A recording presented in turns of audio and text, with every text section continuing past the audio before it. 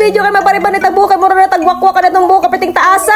O karon mabaktas ka pa dalon diri sa dollar di nga salon diri dapita sa mga sa Agdaw. O karon mosulod na ta diri nilang salon. O syempre mga tok sa jud taon na kay base nung patakarat tag sulodan ni matis passing ta. Sa pagsulod ay nako no gitaganin ko aning pilianan para magpili kung unsay color gusto nako sa kuang buhok. Samtang kapamili dai ko color sa kuang buhok na nga gusto. Gingnan ni ko ni sir nga dili gyud daw nindot magpa-color og buhok kay mayra daw na susugod. Murag gugma mayra jud susugod tanan.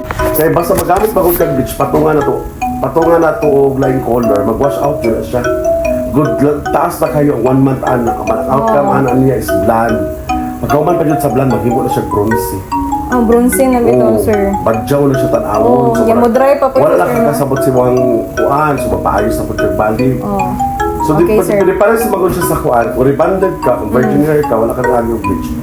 Ma-accept ang reband at the first, tapos sa pawa na itong color, tapos i-treatment siya.